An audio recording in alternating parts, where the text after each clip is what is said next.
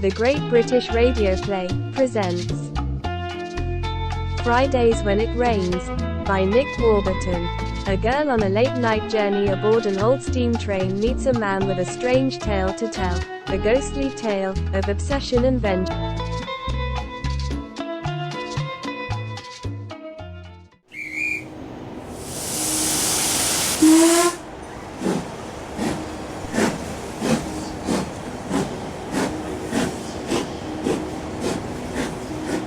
Very nearly the last train of the day. Last train of the working week, in fact. It's Friday, you see, and the station is gradually empty. Nothing here but grime and darkness. Shops go dark and offices empty, but then, of course, other lights are lit and other people come out. The railway tavern just outside the station. There's a man in a corner sitting at a round table, his head propped sideways on his hands, staring at his empty glass.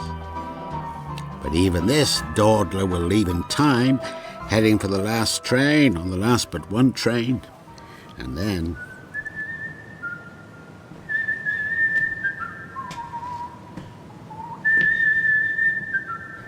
oh yes, then the station master will make his way across the concourse, a flag under his arm, head down, quite unobserved, because there'll be no one left to observe him.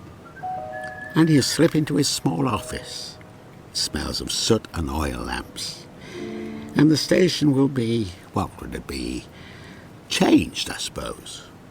It's a different place with no one on it. Of course, the last train hasn't yet left, because there it stands. Coaches half cream, half maroon. All the windows closed, you see. Oh no, one window half open. Nothing else is moving on the station, just a breath of steam now and again. So let me tell you while we're waiting. Yes, let me tell you. There was once a girl with long black hair, who came through this station. She had dark eyes, and they seemed to shine even when she looked thoughtful or serious, which she did most of the time. Nice girl, nice family, you could tell. She came through the station in the morning with hordes of others at the busiest time of day, and through again at night with not quite so many. She was new to her job, you see, so she often stayed late trying to get the hang of things, poor girl. Perhaps this is what gave her such a serious look. Anyway, one particular evening, the caretaker was hovering to let her out onto the street. Good night, Mr. Gripper. It was dusk. A lamp had come on just outside the office door. The pool of light it shed changed the colour and the shape of things in the street, so she wasn't sure, not absolutely sure, which way to take for the station. Which was silly, really, because she knew the direction well enough. She passed a shop she thought she knew. At this hour of the day, of course, it was shuttered. It didn't look quite the same. But shortly after the shop, there should be a turning into a narrow alley. And yes, there is a turning. There are no lamps in the alley, so she can't tell whether doorways are side turnings or side turnings doorways. She thinks she might have missed the turning. Yes, she must have done, because when she does turn, the alley is even narrower, and it arcs back on itself somehow, and after several minutes, she finds herself back on the street outside the office, or a building very like the office. So she sets off again, walking a little quicker this time. But the funny thing is... no, it can't be. She gets nowhere. She ends up on the same street, or a street that looks the same. Please! Can you help me? She's in a maze, it seems, and nothing she decides to do will allow her out. Poor girl, she's distraught by now. No, stop! Please stop! But there's no help. No one seems to know she's there. And every time she stops under a lamppost to check the time, Oh no. it seems to have jumped ahead already. She knows when the last train leaves and she's afraid she'll miss it.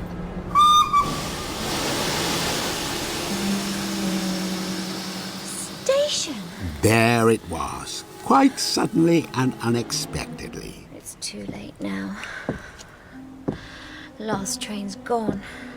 Or so she thought. She walked onto the empty platform, because although it was pointless, there was nowhere else for her to go. And there was a train, still waiting. It stood there steaming, ready to leave. And it began to leave. Please wait! Wait for me! Please!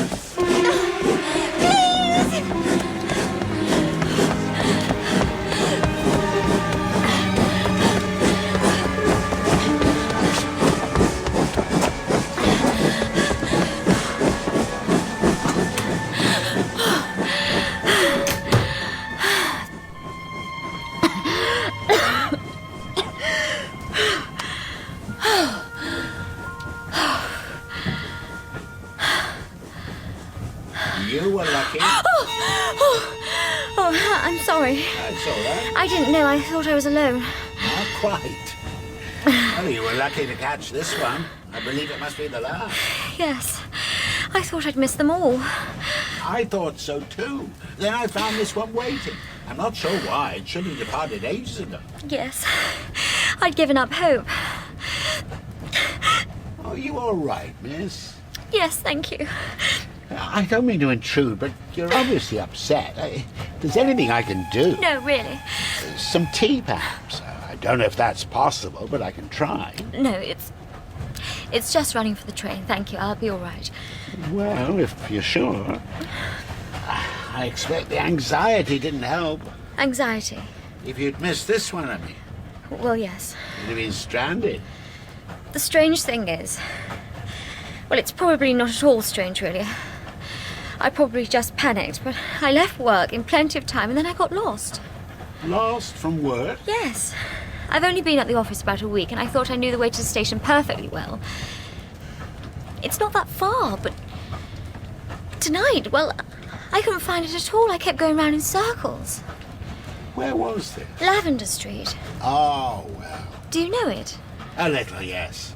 All those streets beginning with L. Lavender, leather. That's right, Lorimer. Yeah, and they're all quite I twisted. never noticed that before, the beginning with L.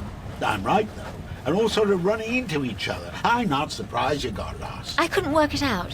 Wherever I turned, I shouldn't let it worry you. It happened to me once. Did it really? When I first went to work round there, yeah. You know what I think it is?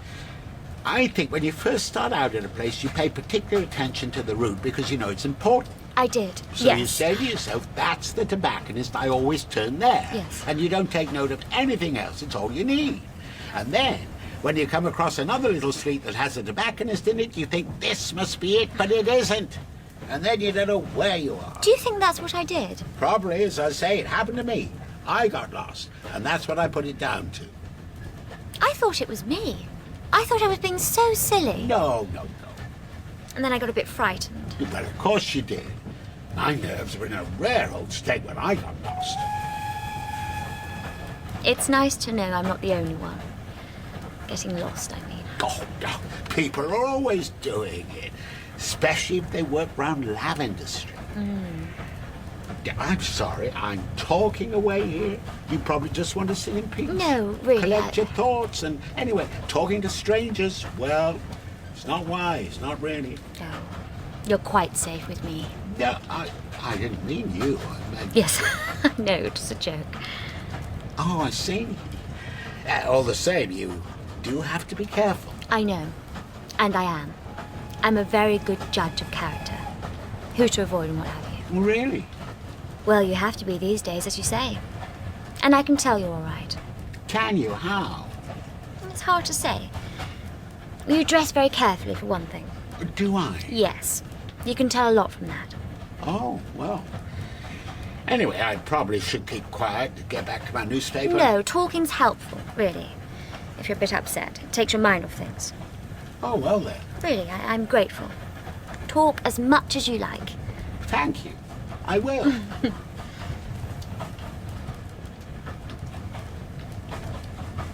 And now you can't think of anything to say. No, I'm afraid I can't.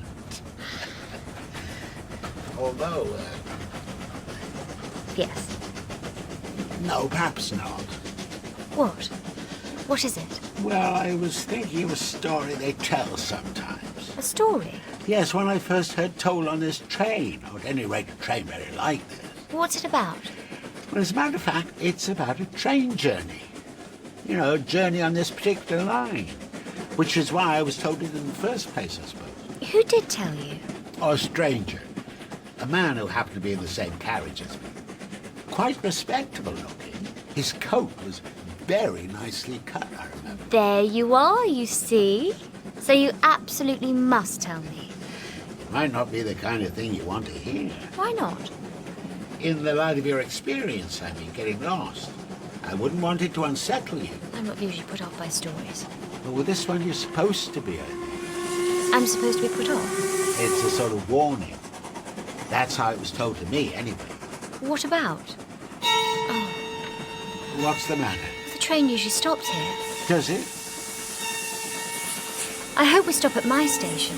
I expect we will. I'll make sure we do it tonight. Oh, thank you. You're very kind. Now, you're not going to mention your story again, are you? Aren't I? No. You're hoping I was distracted. Well, there are other things to talk about. I won't be put off. I can see I was quite wrong about you. About me? You seemed so serious to begin with. Well, to begin with, I was. Yeah, but you looked as if you were serious all the time, a worrier. But I don't think that's really you, is it? I hope not. In that case, it's probably quite safe to tell you the story, if you insist. Oh, I do. It was a good long time ago when this was supposed to have happened, and it concerned a girl who was a bit like you, in fact. Like me? How? To look at, she had black hair, too. Really? I believe so, tied back the same way. I think you made that up. Did I? I bet they never told you what colour her hair was. You made that up because you're telling me.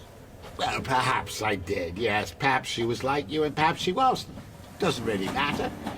Anyway, this was about 50 years ago, so there are more differences than similarities. Every Friday she caught the train to go home. So she was only in town on Friday? No, she was in town all week. She attended a college for young ladies, and she had rooms there, I believe. So, well off then? Oh, well off, yes. It was a college for refined young ladies. She stayed there all week and went home on Fridays, then back again to college on the early train on Monday. Sometimes she was the only passenger on that platform of a Monday morning, and almost always the only one of a Friday night, because, you see, it was only a small station on a branch line. It did have rather nice station buildings, though. Old red brick with a steep slate roof. Station master's office, a waiting room with an open fire. It had a sign, a metal sign, for Bovril, and a wooden stand for milk churns. And now you're going to say it was my station? Am I? Where I get off? Why should I do that? Like you did with the girl's hair? Oh, I see. No, I'm not. We'll see. No, we won't. It was not your station. But you don't know what my station is? Do I not? I never said. No, I don't believe you did. Then, how... It wouldn't be your station, because this station, the station in the story, was closed down years ago. Oh, I It's see. derelict, as is the line. Trains don't go there anymore. Your station's a small station, is it? Yes, with all the old buildings and very quiet. Oh, so indeed, the same in many ways, but really not the same. Anyway, the girl travelled home on a Friday. She liked to walk up the hill which led from the station up the hill to the big house. She walked there because she lived there. She was the young lady of the house. She could easily have had a carriage sent out to meet her, but she preferred to walk. It was half a mile and very pleasant. A deep lane with high hedges, hawthorn twisted through with ivy and clematis. She walked under clouds of blossom in the spring, and in the autumn she watched the yellowhammers in the branches. Of all the birds, she liked the yellowhammers best. You sound as if you know her. Do I? The way she liked yellow hams best. Well, when I first heard the story, I did feel that. Though, of course, that's the way it is sometimes with the imagination. What is? Well, you imagine things, and they seem so real, you almost believe they're true. Well, you picture a face, someone peering at you through a gate, say, and it's not just any face. It's a real face, a face with a past, unlike any face you've ever seen before. Doesn't this happen to you? I don't know. I don't think it does, no. Are you sure? I always know if I've made something up or if it's real. Of course I do. And what about your way home tonight? You mean the train? I mean walking out of your office. You imagine you were going somewhere you were convinced to be. Well, yes. And you weren't.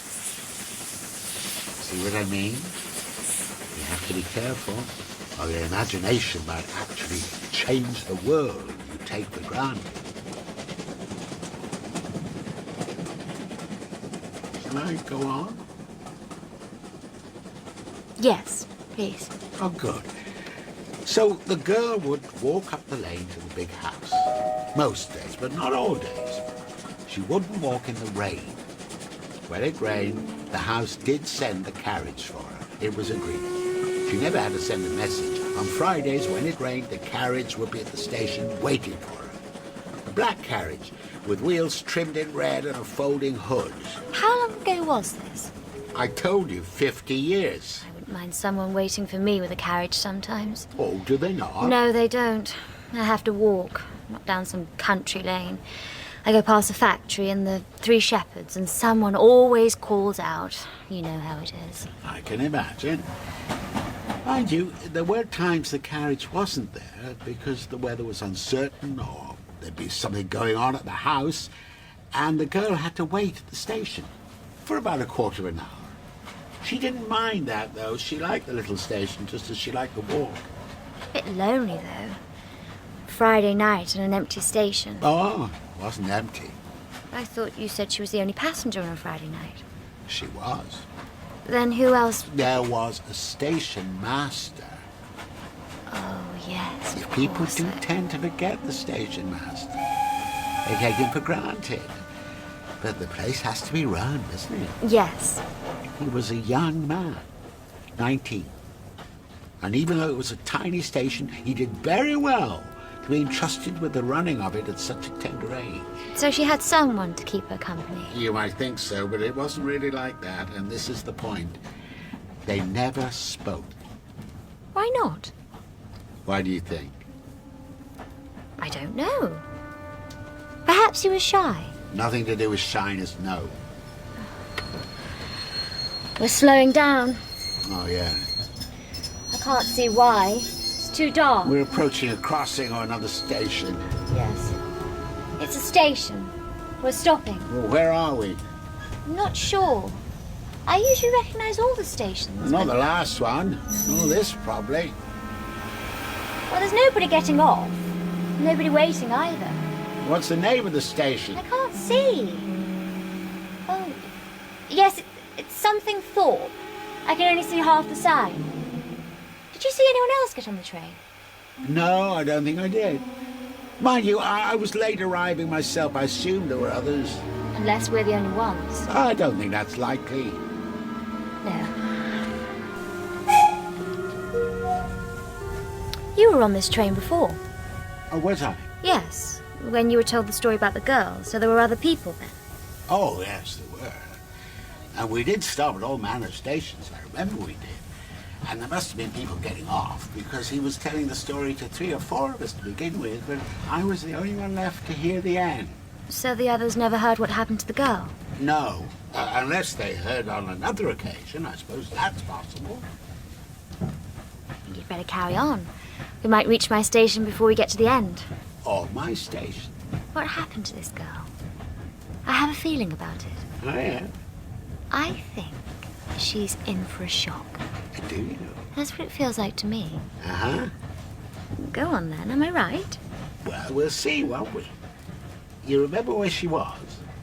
on the station, about to get into the carriage. So you assume. Well, you told me. That's what you said. On Friday, when it rains... The carriage comes, yes, almost always. But on one particular Friday, it didn't come. A quarter of an hour passed, and it still didn't come. I knew it. So she had to keep on waiting. Yes? And that's where we'll leave her. Waiting. What? The one Friday in all the years she had to wait. But that's not an ending. You can't stop there. I have no control over it, Connie. This is the story as it was told to me. I can only repeat it. So that's the last we hear of her? No, that's the point where the other story starts. Other story? What other story? You must have at least two people to make a story. So this is the story of the young man, the station master. Now think of him, the son of a farm worker who's made his way up to station master, who makes a good job of it, who paints the neat little fence and sees that the troublesome catch on the waiting room door is oiled. He wears a fine suit, which he prides himself on keeping smart, and he has a gold watch chain across the front of his waistcoat. And he never spoke to the girl? He might have thanked him for showing him a ticket, but no more than that. But he wanted to, didn't he? You think so? I'm sure he did. You're right. But how could he? Here he was, the son of a farm worker, and there she was, the beautiful daughter of the big house. It's not shyness that opens up the gulf between them. It's class, the great gulf of class. They could still talk. It's not that much of a barrier. Oh, yes, if he'd been the son of the big house and she'd been the daughter of a farm worker, that way round, there might have been some sort of conversation. But it wasn't that way round, Connie. It simply wasn't. Connie? You know my name? Yeah? I thought so. I thought you said it before. Well, you told me. Did I? Indirectly, you used it of yourself. Somebody said can't to you remember telling something you. or other, Connie, or something like that. I'm sorry. Do you feel your name has been appropriated? No, it's all right. I just couldn't remember saying Well, you it. must have done. I never could have guessed. No, I suppose not. Anyway, you're right. He did want to talk to her. He noticed her the first time she stepped onto the platform. The way she stood looking down the track, so beautifully poised. Her eyes so deep. He was falling in love with her. Of course he was. He was powerless not to. He couldn't really call it love, not if they hadn't even spoken. Do you think it always needs words, do you? Well, Do you think he was deluding himself? well, she might have been awful. Oh, she might. Very pretty, but thoughtless or something, stuck up. She might, yes. Would that have been reason not to fall in love with her? Does reason come into it? And she wasn't very pretty. She was beautiful. Oh, well, I beg her pardon.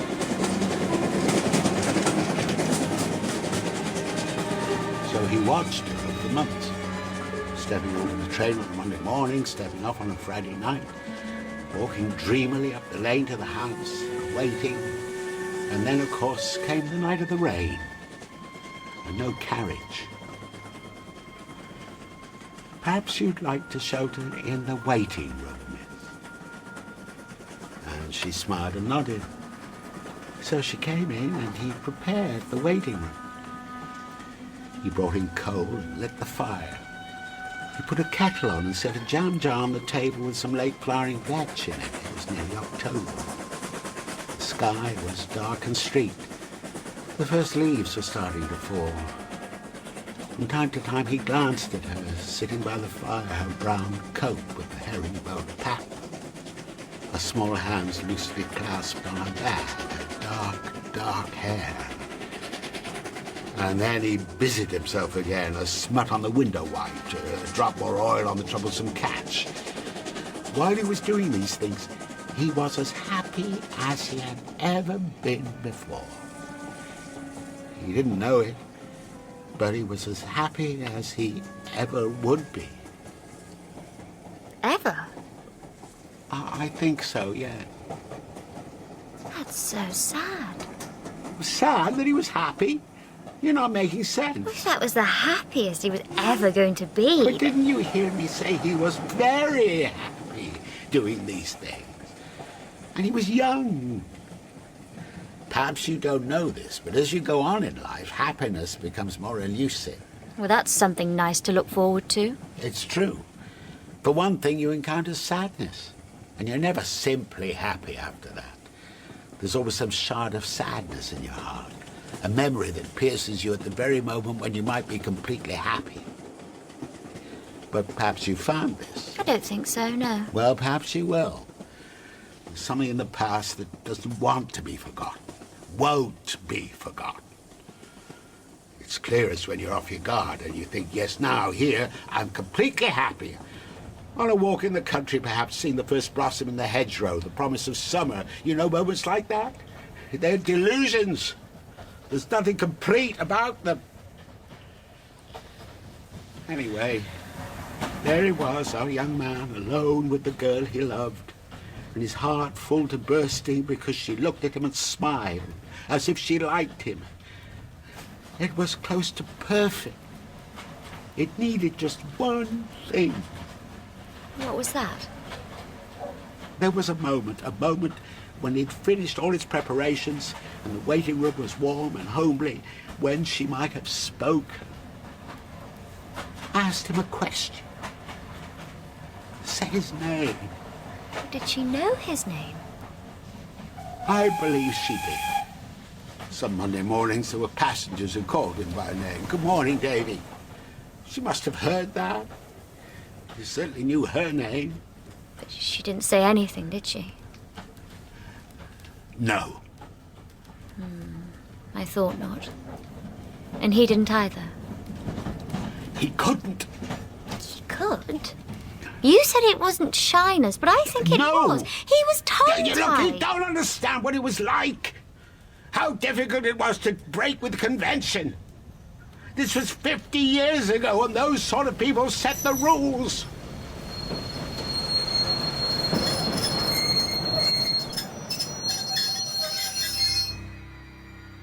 We've stopped again.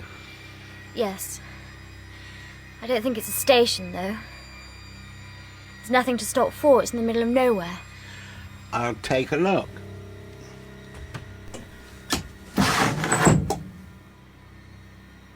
Oh, the track ahead divides. That's what it is. I expect someone has to change the points. Let me see. You can see the tracks in the moonlight. There's only one set. Off to the right, look. The rails are old, so they don't show up. Oh, yes. And partly overgrown. I can see. But look at it. Nothing's been down there for years. I don't believe the points will have been changed in years either. I don't like this. I'm sure it's all right. Well, I'm not. And there's no one about, and no one else is looking out of the window, and I don't like it. What's happening? I really can't say. I'm not sure I believe that either. No? You know an awful lot, I think. Do I? Like where we are, and where we're going, and who I am, and... Oh, your name, you mean? My name. I can't remember telling you. Well, no, you didn't. What? I did know your name. Well, how? Who are you? I think we're moving again. So we are. And which track will we take, Connie? Where do you think we're going? I don't know. The old track, of course.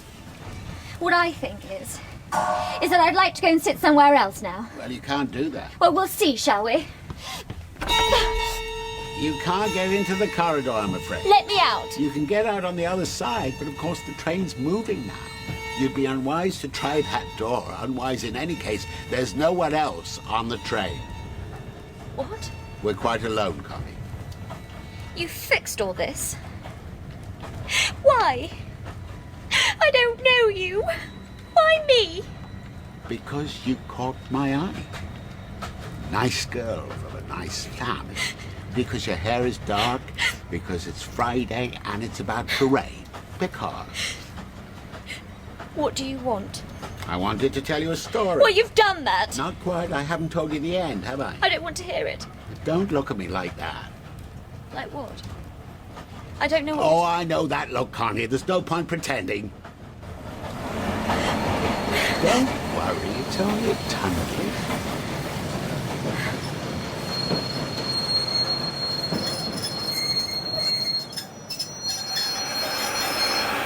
You could get out now that we've stopped. Do you want to do that? Do you want to get out, Connie? I don't know! No.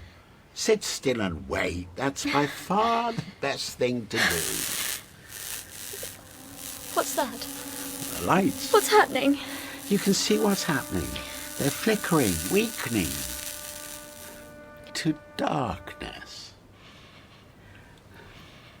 Please, stop this. Shh, it's only darkness. You don't like it because it's so close. You really can't see a thing, can you? But you know where you are, and you know I'm here because you can hear my voice. And if I stop speaking, you can still smell the soot from the tunnel walls. Otherwise, you might be anywhere, I suppose, at any time. I'm not afraid of the dark. If you're doing this to frighten me, Oh, you then... are afraid, yes, but you're also being brave. You have spirit. That's very good. What do you mean? I don't know what you mean. There. Light again. And all is as it was. Now, let me tell you the end of the story. If you think I'm interested in that... Well, you should be. It's the only way we're going to get out of here. How? How can you say that... Listen. Listen. And you needn't be afraid. No harm will come to you. You'll see. Anyway, the young man did all he could to make the room pleasant for the girl. And there they were alone and aware of each other. She had never looked so beautiful. All it needed was a word from her. That was the moment when everything might have been different.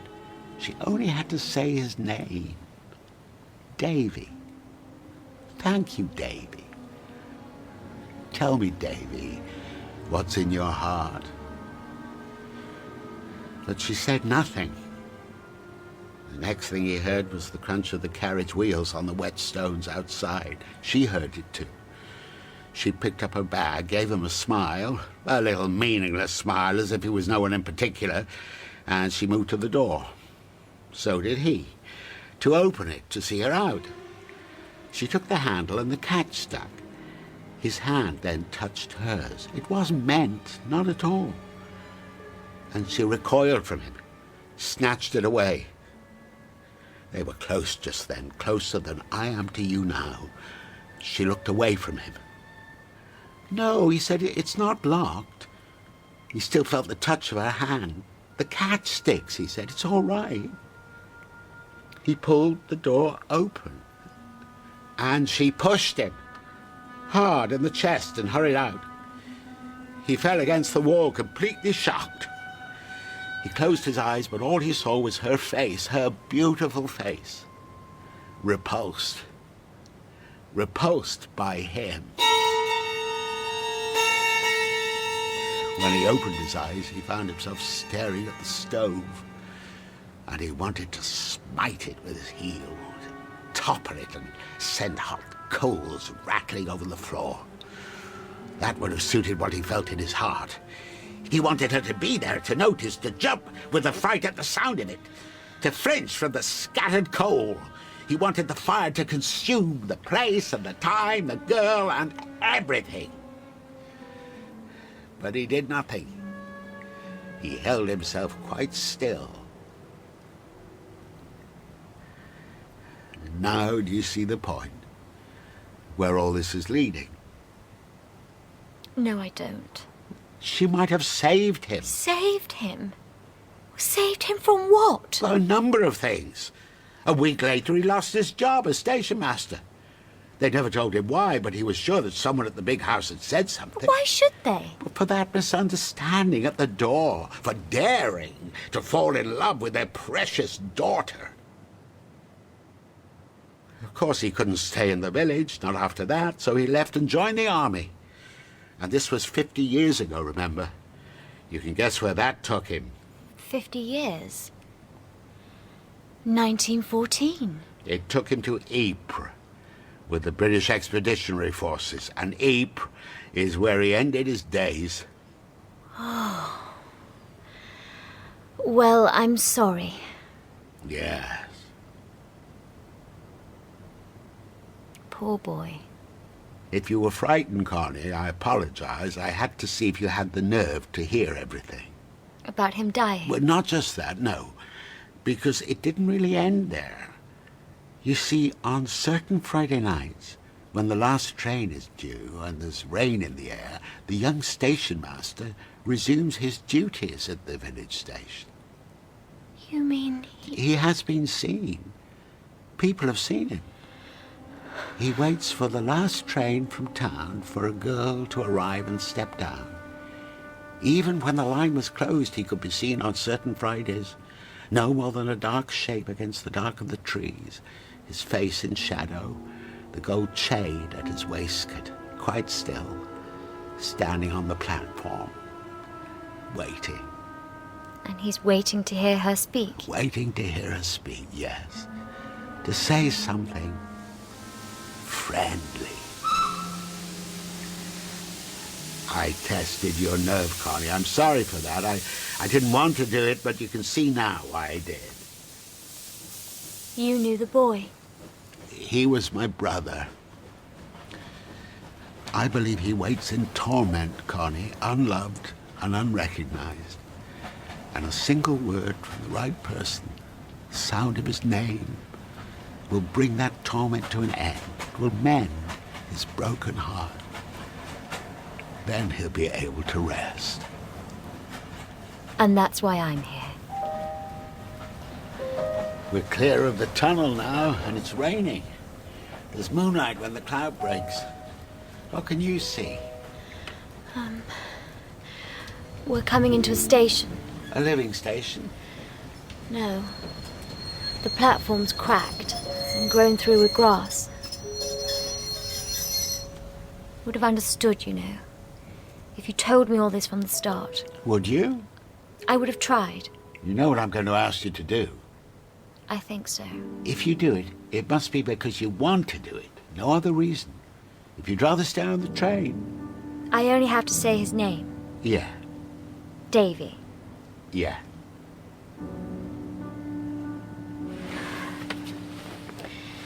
Then let me just stand on the platform to begin with. Of course.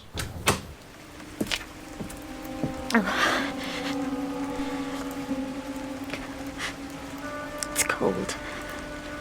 Look down the platform. Tell me what you see. I can't see much at all. The station buildings. A dark hill behind. Oh, that must be the way to the big house. No light? No. Oh, yes. There's a glow. A little yellow light at one of the windows. The waiting room. Do you see anyone there? I don't think so. There are branches overhanging the platform, and they're moving as if... And something round and pale in the moonlight. Is it? What? What is it? It turned towards me. It's his face. You sure? Yes, I can see him now. He's standing quite still with one arm raised. He's pointing. Pointing? To the waiting room, the glow. What would you do? Go towards him. Connie, are you sure? Yes. Oh, poor boy. I will. I'll go towards him. So the girl walks slowly down the platform. What courage she has. To walk into the dark like that towards a young man who died 50 years ago. Or towards a shape she tells herself is that young man whose heart was broken, who died at Ypres. So she's been told. How courageous and how foolish to believe everything she's been told. The young man had no brother, and he didn't die. He couldn't stay in the village, so he moved to the town. He lost his job with the railway, who had no interest in his broken heart. He never forgot the girl, her brown coat with the herringbone pattern, her smile, her dark, dark hair. How could he? He let 6 months pass before he took the train back to the village. She wasn't there. Time and circumstance weren't favourable, so he returned to town, sat on his bed in the narrow room above the tobacconist. Wait, he told himself. The proper time will come. Years went by, and still he didn't see her. Years. Then one night, there was a girl. Not quite the same, but she had something about her, something. And there she stood on the same platform waiting. So the time seemed to have come. Perhaps you'd like to wait in here. She looked at him, but his face meant nothing to her. Well, it wouldn't. Nevertheless, she thanked him and went in. You'll be safe in here, quite safe, and warm. I'll light the stove. She watches him, uncertain. Sometimes the catch on the door sticks, but you needn't worry, it's not locked. And there's that look on her face. She shrinks back from him, repulsed. You can tell the difference when it's locked. When it's locked, it's like this. Like this. And then the fire. The fire he'd waited for, to consume everything, to punish and unite. No, please help me!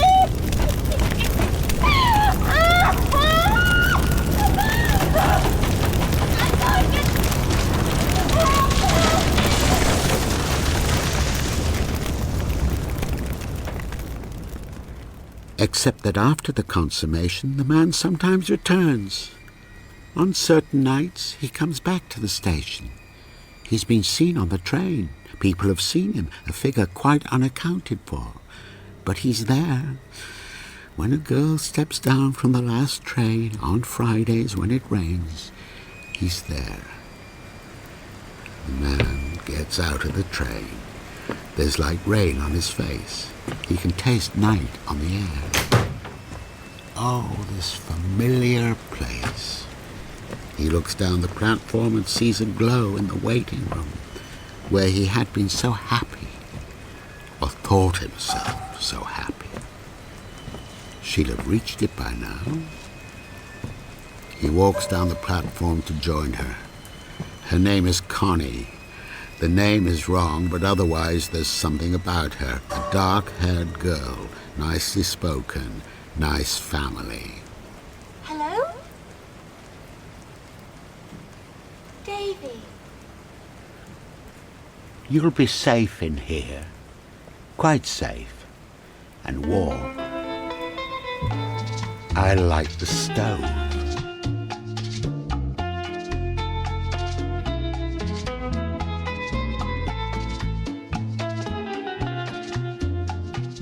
That's all for this week.